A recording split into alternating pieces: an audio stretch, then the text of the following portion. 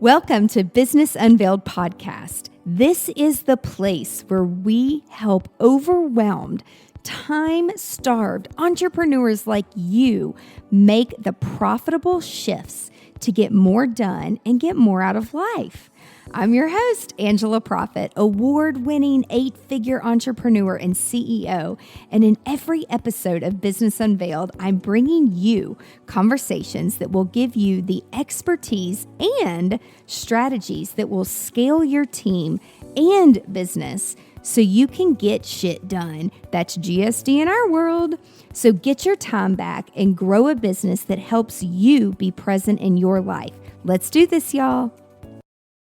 Hi, y'all. It's Angela. I'm back for another episode of Business Unveiled. And today we are going to have some fun.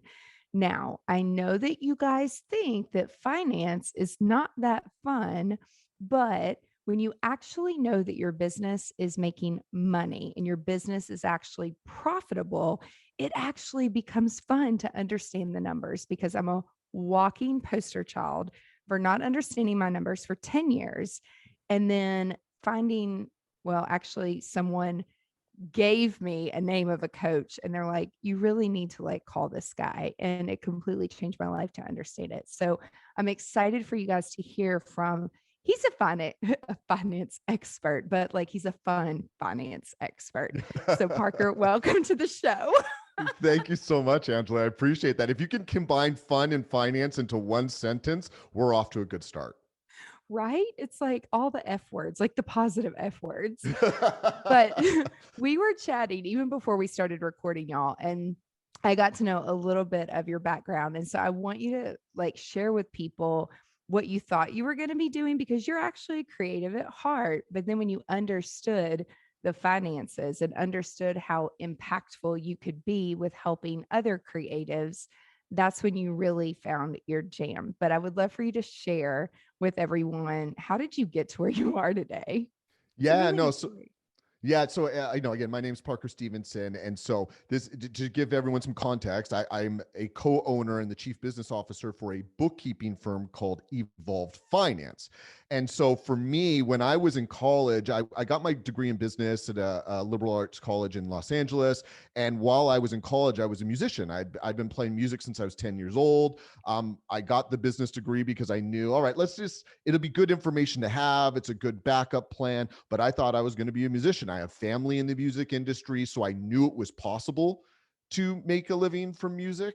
But living in LA, I got to play a bunch of cool shows, opened for some amazing bands, played in front of thousands of people. And so when I was in college and even after I graduated, I thought I was going to be a rock star. Like that was what I was going to do. Of course. But because that's a totally normal thing to expect for your life. But ultimately, once I got into my mid 20s, being in a band is like being married to 3 or 4 other grown ass men at the same time. It was a grind, we'll say that. And I loved my time as a musician, but it just didn't work out. The odds aren't in your favor in that degree. And again, had these awesome experiences that definitely shaped who I am today and gave me skill sets that I think have been really helpful for the business world.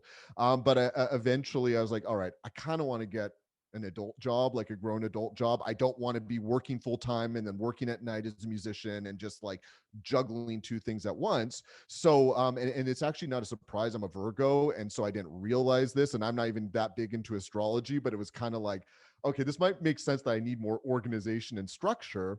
So I went to the second thing I loved, which was golf. And I was like, how do I get into the golf industry? So I moved back down to San Diego, where I'm from.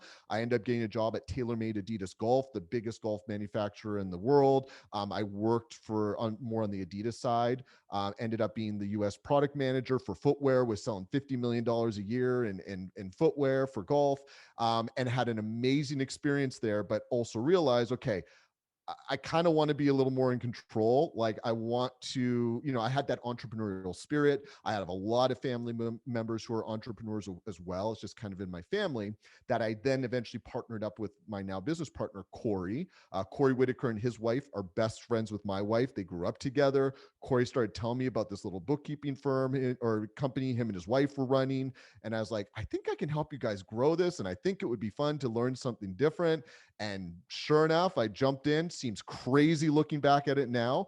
But 6 years later, we've like quadrupled the business. I love teaching people about finance. I now know how to do bookkeeping, which is not something I ever would have thought I'd known how to do. But I've just loved the journey of building the business. We now have a team. There's like 15 of us total. So the company's grown a lot. So really enjoyed the ride. But again, definitely quite different from where I thought I'd be when I was 21 years old. So It's like we don't really know what the hell we're going to do. I think it's funny. It's never. like, go to college and what do you want to be when you grow up? And it's like, it's like you just pick something because we're kind of like forced into it. And yeah, I don't agree with the way that society like does that. I mean, it's great for learning opportunities and business opportunities, and it helps you figure out what you don't want to do. But the golfing industry, I didn't realize that that much money goes into like footwear. And I know how much people play golf. I don't play golf, but I was the beer cart girl at the golf course where I went to college and I made Awesome. damn good money. I'm sure you made a But killing. it was so much fun. I did learn to swing like on a simulator thing. It was kind of like a 3D thing, but like actually going out to real grass to like swing the club never really happened for me. But I'm really good on like the 3D games. Anyway, total sidetrack. But so you brought something to the table to this company that probably your business partner doesn't. Like, are you guys completely different when it comes to where you really thrive and where your business partner thrives? Well, I think in a lot of ways we do. We have very complementary skill sets. Mm-hmm. But we have the same value. Like what's made our partnership work is we have the same values, we share the same vision. There's trust within each other to know where our strengths and weaknesses are and letting each of us lean into those strengths. But for me, especially like what's crazy about Evolve Finance is Corey started this business, him and his wife, when he was like 18, 19 years old. He's Oh my never gosh. done anything other than Evolve Finance. So he got so good at serving the customers, building this model that worked for a small team, him, his wife, and our now bookkeeping manager, Susan. And so he understood the processes for bookkeeping. He understood the online space. He really understood the niche we were working in. But for me, being a musician and having to learn how to promote and network and market, and then being in the Adidas side and starting from customer service and working my way up to being, a US product manager and getting a lot of really amazing experiences in a corporate environment around really high performers, like people like I worked with amazing salespeople, amazing marketing people, amazing operations people, that I just had maybe a more broader sense of business, that I was able to kind of take that vision, and especially I'd say my creative background, to look at what they were doing and see a bigger vision for it, get Corey and I aligned on that vision, and then start taking some actions and taking some like leaps of faith into growing this business in a way that maybe Corey wouldn't have thought of. But we always talk about how, like, if you remove one of us from this business, the business is going to be hurting because of it. But when you combine our sort of superpowers together, we have a really great service, and we're getting really good at reaching more people with our service, which is a little more of where I come in. And that is the key that I wanted to get at, because I know that some people that listen, they'll reach out and say, do you have a business partner? Is it a good idea to have a business partner? Mm-hmm. And I'm like, I've heard great things and I've heard not so great things. I mean, my family, the people in my family that were entrepreneurs, one of my uncles, he would say, don't ever have a business partner. Don't do this, Mm-hmm. don't do that. And I'm like, well, I started that way. But then when you learn that you're really good, and like you said, your superpower is a certain thing, and then there's this blind spot, there's this missing, it's like a void, a hole. And when you fill it, businesses can actually thrive together. And you said it perfectly. Like you've got to have the vision, the same vision and the trust, and then help each other get there. So businesses with partners do work. It's just a matter of having those foundational values of exactly what you were saying. So that is awesome. So you guys have an online business, and anybody here probably listening, they probably do some form of online business, especially post pandemic. If you weren't doing business online, you sure as shit learned real fast, like how to do some business Definitely. online. So for people that are doing business online, like what are some things that they can do to get their finances in order? I mean, for me, like I was telling you earlier before we started recording, if I didn't have my bookkeeper and like accountant, I would probably be bankrupt, like would be, not probably, would be, because I don't like the numbers. Like it's not very fun, but I do enjoy the first of every month, like when I get my two reports, like what our online sales have done and what our private clients have done. And like if we're trying to pivot and go more online sales versus a ton of private clients because it takes up so much of my time, then I need to know those numbers. I need to understand where to say no and where I should be saying yes. And the numbers don't lie and the data doesn't lie.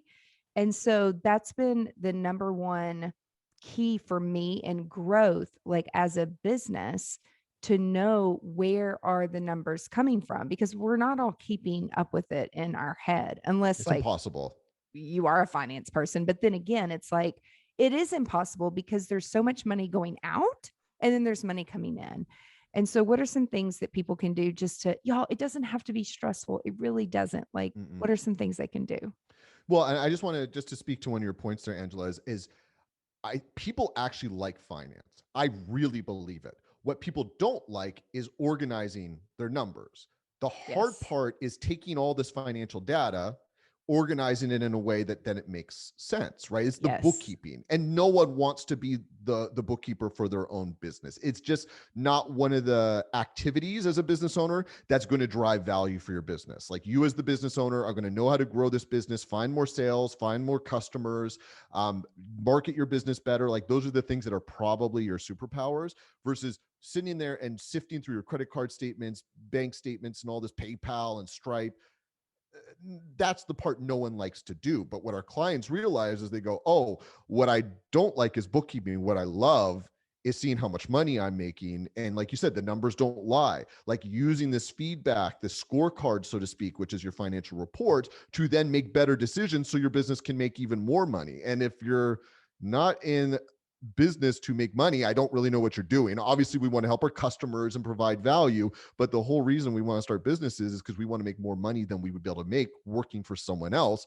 Your finances and understanding the financial data in your business, that's fun. I love, again, that's coming from a musician. When I learned how to do that, I was like, oh, I could start or run any business now. Like it makes sense. Like it all kind of all the activities and the actions that you're doing in your business on a daily basis now are kind of like tangible, right? It's on this report where I can see, cool, all the work, all the effort, all the operations that we're doing in this business. Here's how much income it's bringing in. Here are the places we're spending money on. Here's what we have left over. Like, who doesn't want to see profit in their business, right?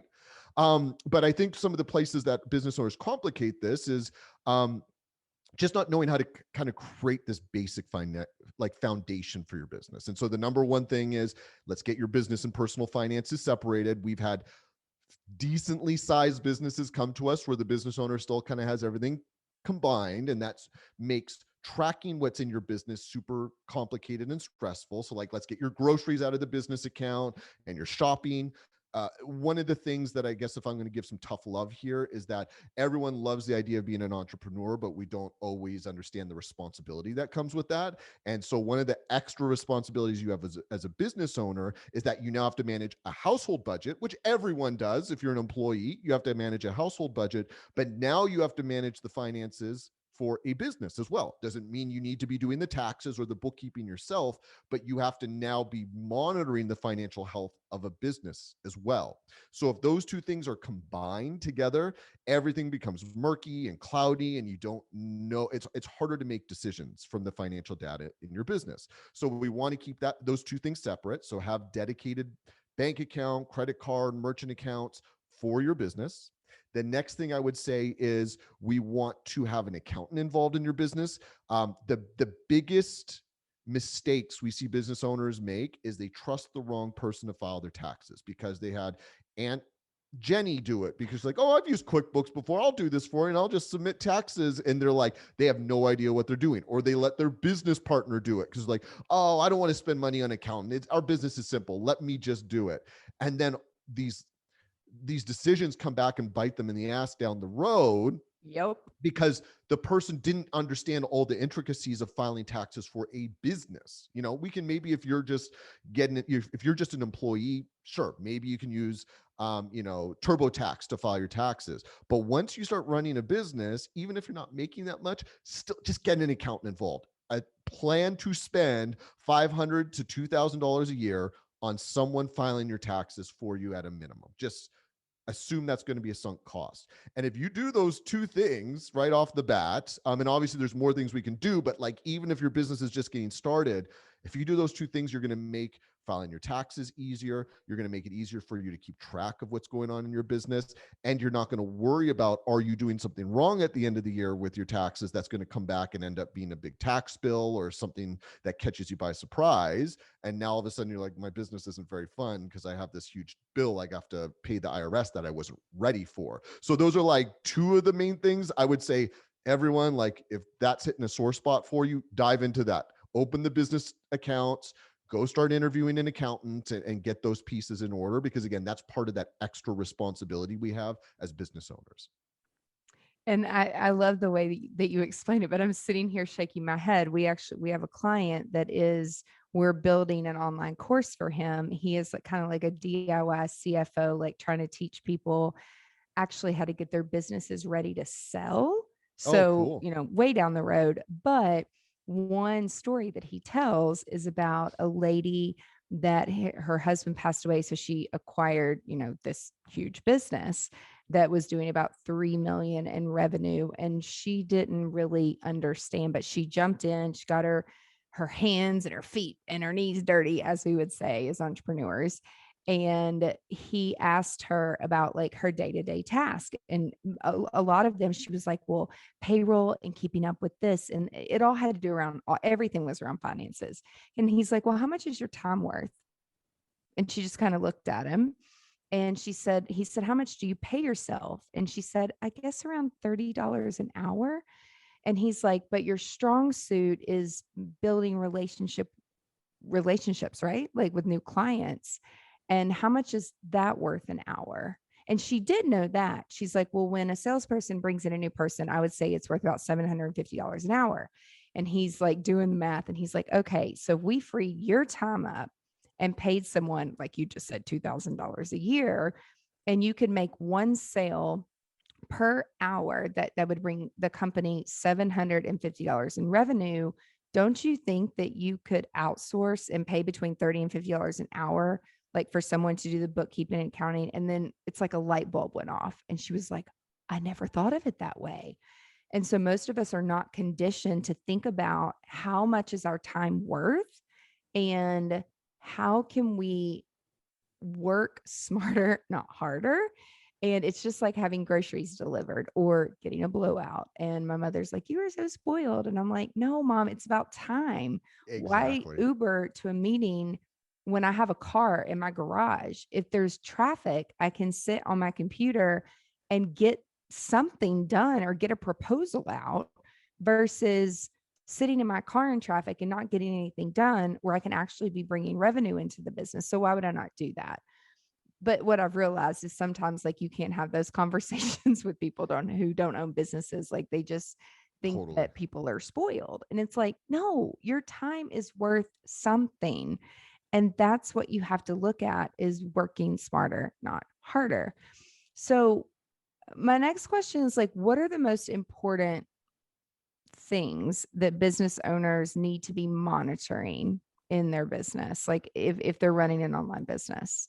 Yeah, I mean, for our clients, if we really get down to the nitty gritty, because obviously there's like monthly software expenses, or maybe you're doing continuing education and you have a business coach, or and you have utilities and supplies and all these pieces. Like, Sure, there's a lot of different things you can spend money on in your business, but for online businesses, and let me just kind of define this. The online businesses we work with are a lot of coaches, course creators, people with membership sites, people with coaching programs, some service providers, influencers, these types of businesses.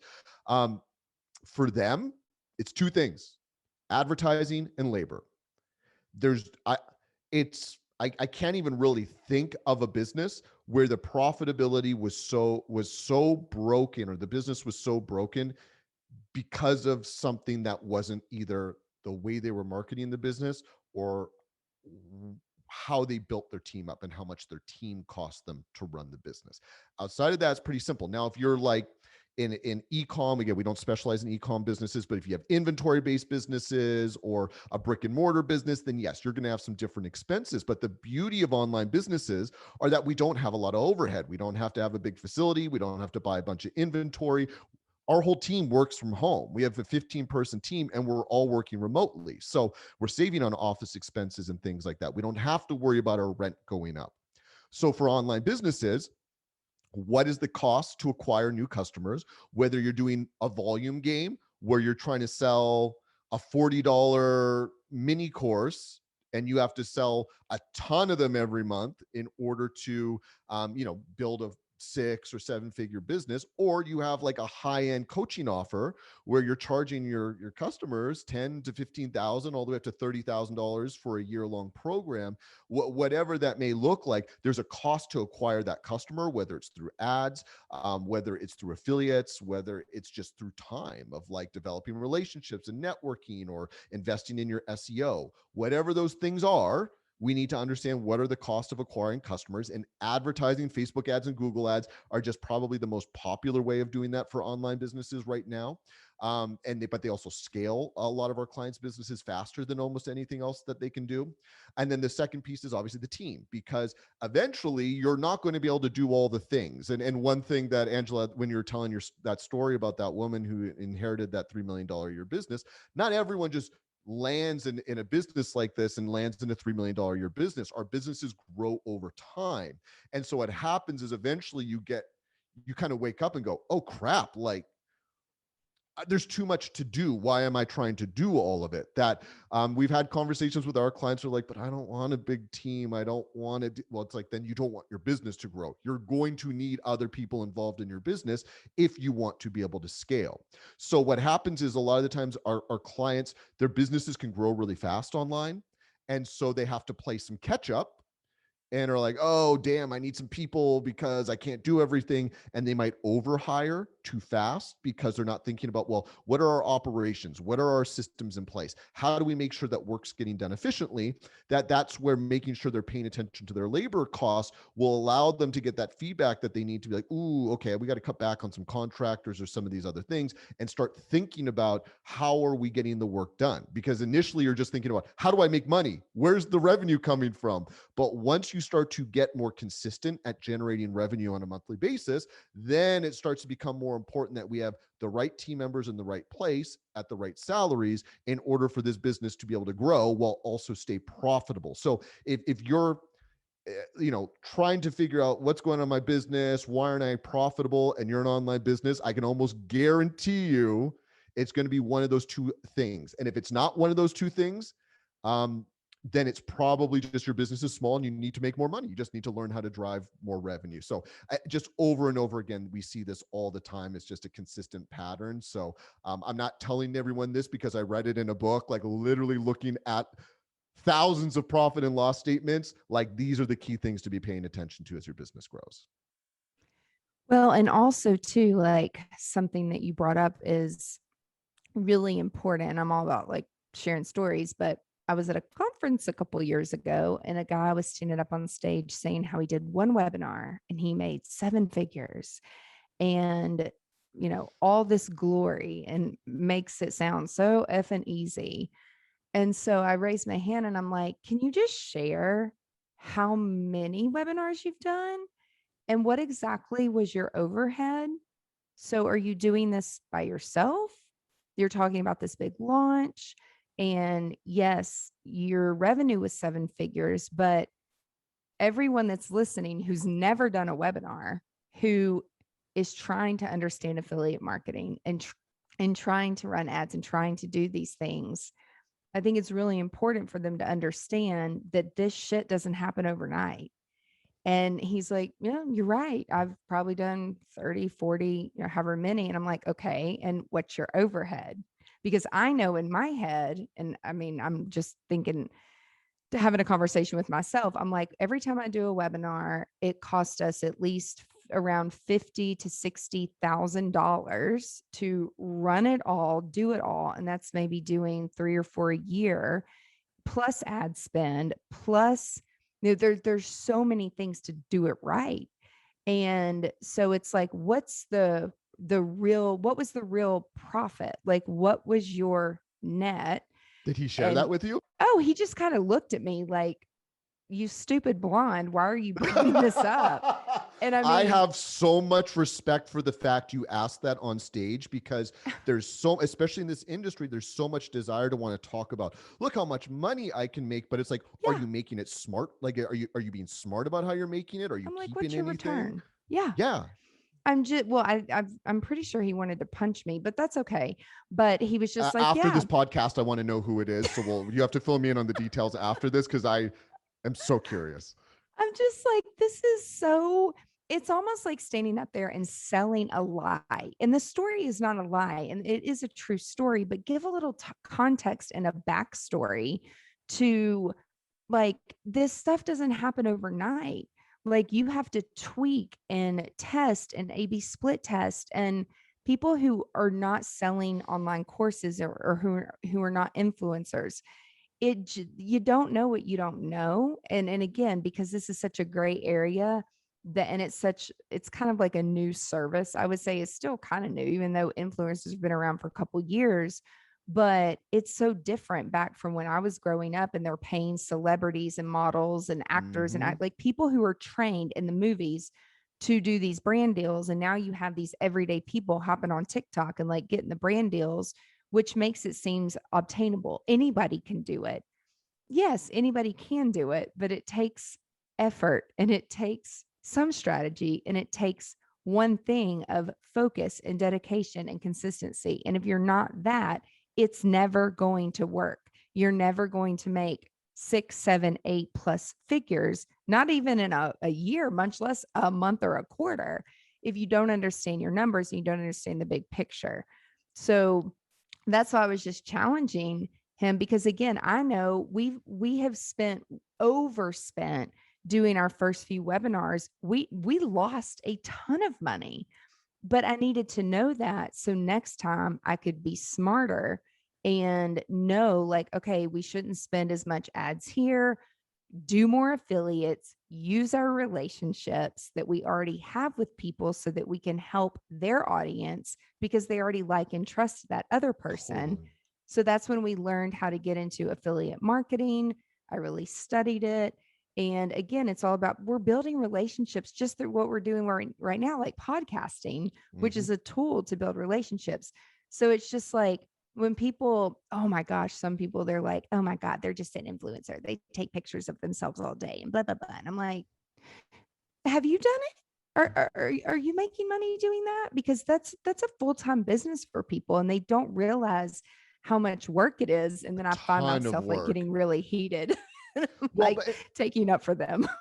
well, and Angela, one thing I think, because I want to simplify this story even more. So this guy who's up on stage and saying, let's say he said, I have $1 million a year business. For most of us, like, having that 7-figure business is the dream, right? Like, to be able to say you do $1 million or more a year just feels like this big accomplishment. And it is. Like, to be able to sell $1 million of anything is a Mm-hmm, really big deal. mm-hmm. That's not easy to do. But if I told you I had to spend $900,000 on Facebook ads in order to make $1 million in revenue, you'd go, okay, that $1 million is still cool, but the fact you had to spend $900,000 to get there isn't very cool. So that's where, as business owners, we have to be thinking more strategically than just like, how do I sell and how do I market? Of course, those things are hugely important. And everyone listening, we have to be able to find that audience and consistently generate revenue throughout the year. But there gets to be a point where just making money isn't enough. Like just the ability to drive more revenue isn't enough. We have to be more strategic around how we're spending money on ads, how we're building our team, how we're building our systems. And I don't mean to do this to scare anybody off here about entrepreneurship, because it happens gradually. It's your business. You see the growth. You start to put these systems in place. But this is the part of running a business that I don't think every entrepreneur signed up for. We've seen some of our clients their businesses grow very quickly, and they're forced to have to learn more about this stuff quicker.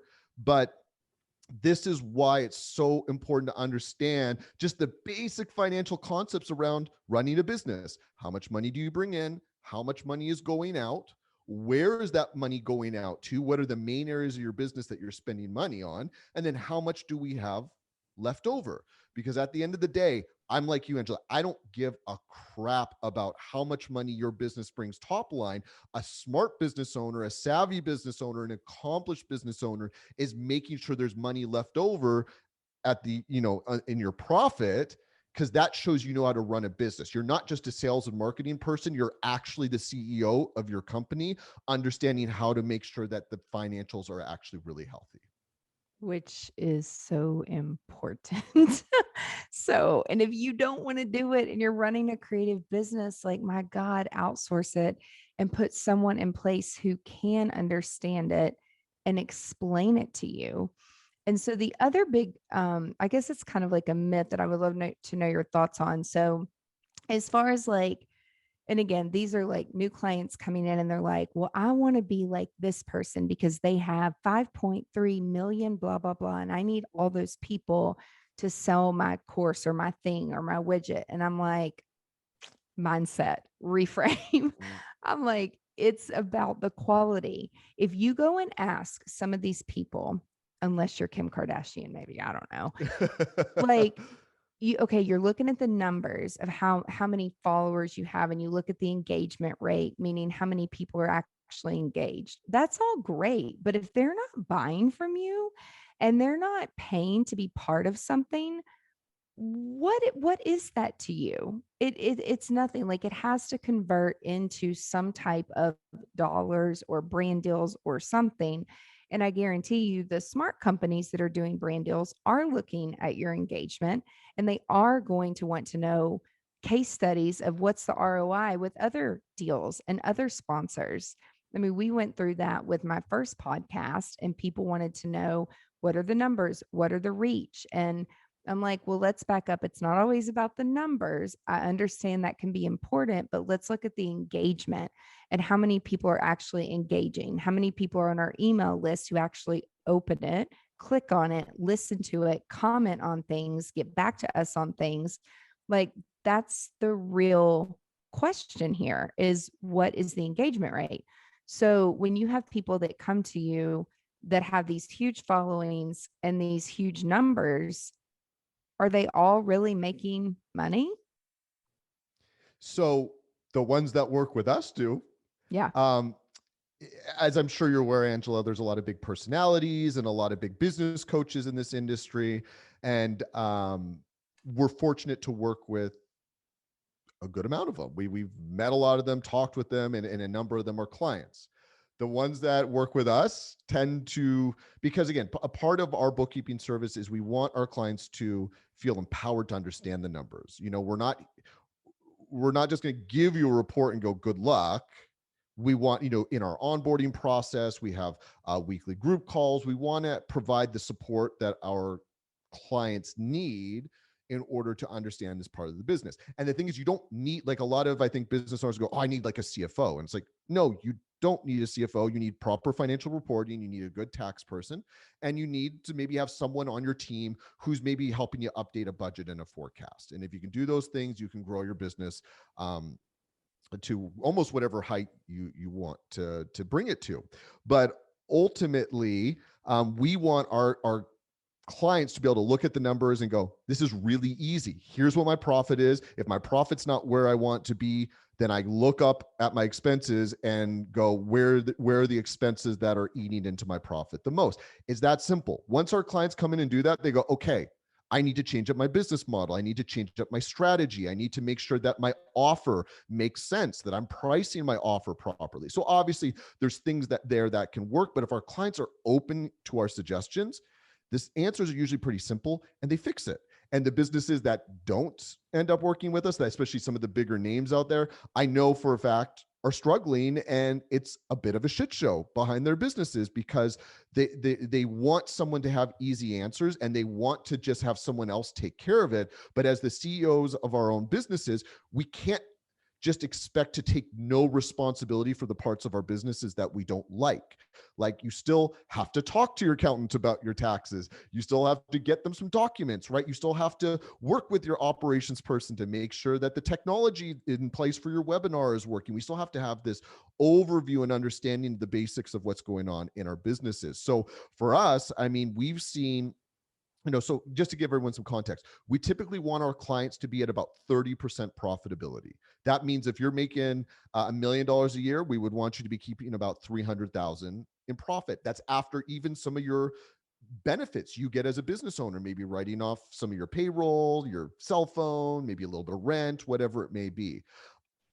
Because of the online businesses can be so profitable, we have clients who are making 40, 50, 60, even 70% profitability. Now, it's a smaller handful of people crossing, going beyond the 50% mark, but it's definitely possible. But even our clients who are closer to that maybe 25 to 35% range, still making very, very good livings off of that profit and making far more money than they ever would um, if they, were just working in their normal day jobs. But there's still, what I like to say is funny. One of my clients that I did a workshop for her students, and afterwards they sent me a coffee mug and put one of my quotes on it. It's my favorite coffee mug, but it says, a profitable business never happens by accident.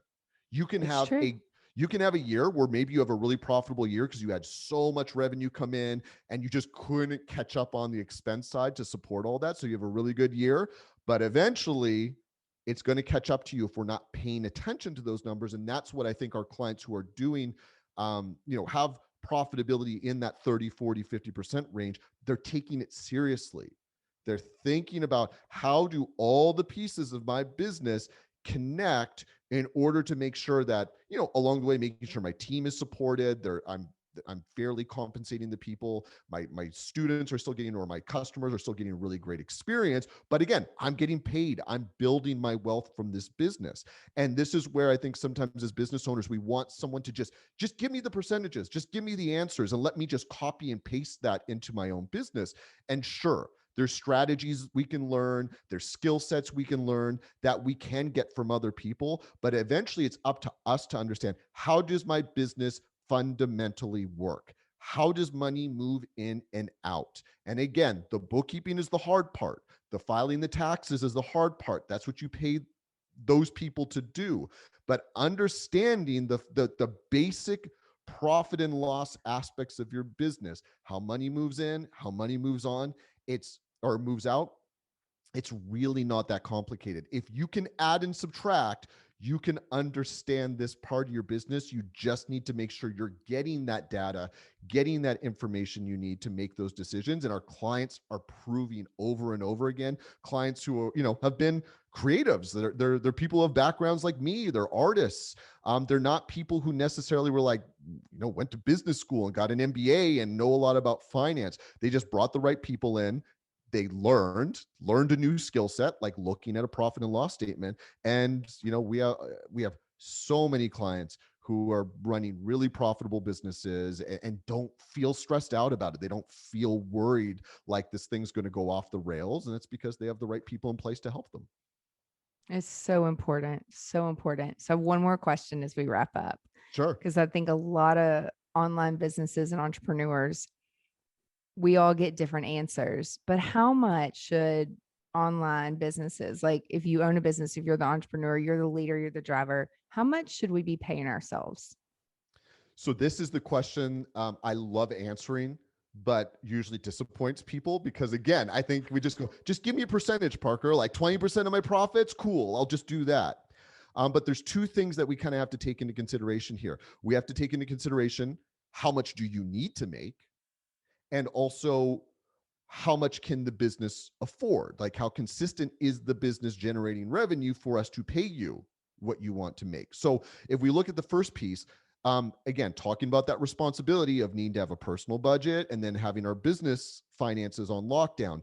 If you're in a situation where you're going full time into your business and you have to make $5,000 a month after taxes in order to pay your bills because you don't have a spouse that's working, or like you have to make that, then you're going to take every dollar of profit out of your business to make sure you're making $5,000. Hopefully you're making more like seven, putting 2 grand away for taxes and then using the 5 grand to pay yourself. But it's really important we understand what's our monthly nut personally. What do I need to live? Because sometimes, business owners go, hey, my husband or my wife makes a good living. I can maybe take some of these profits in my own business and invest it back in. I don't need to pay myself a high salary right away. Fine. But it's important you understand what's my personal financial situation. How do I make sure I accept and understand what that personal financial situation is? And then I can make a decision around what I think my business should be able to pay me. And then on the flip side, we have to understand what is the monthly profit my business is generating, how consistently is my business generating profit. And that's where, again, if maybe you need to make $4,000 a month and you look at what your business is doing and you can easily pay yourself 4 grand a month, cool.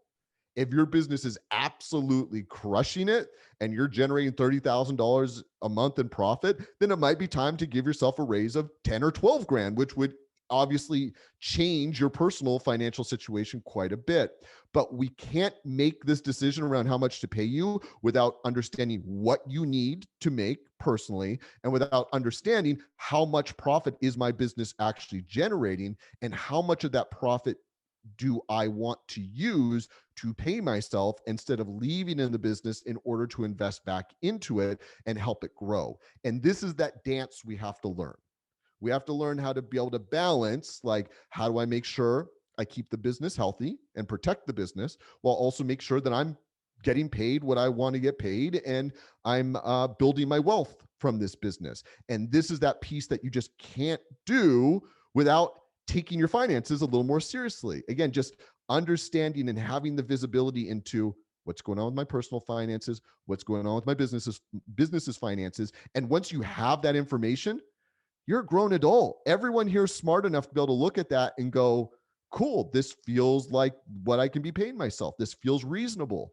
But if we don't have that information, then that's why people come and ask me, what's that percentage? Because they just don't have that visibility yet. And that's usually a sign that we got to get a bookkeeper involved. We need to have some better financial tracking so that these decisions can be made with confidence and with a knowledge of what's going on in your business, and not just doing what someone tells you to do because that's what you read in a book or that's what another business owner told you, without knowing the full context of what's going on for your business specifically. Yes, and that's a great way to end, is don't compare your today to someone else's today, and don't compare yourself to your friend's business or even somebody that's in the exact same industry as you. That's one of the smartest things that I learned from one of my consultants. Is he's like, I don't care what Susie and Jane and Ashley are doing, even though you all are in the same industry. I care about what you need. What do you need to live? What do you need to pay your bills? What do you need? And then we can figure out how to charge for things, because everybody else over here is doing packages when you don't need to be doing that. You need to figure out your business model and what's going to work for you. And then what he suggested, I'm like, oh, that's never going to work. Nobody does it that way. And it took about 2 years to really turn things around and get there. But then when you create the value, the clients do come.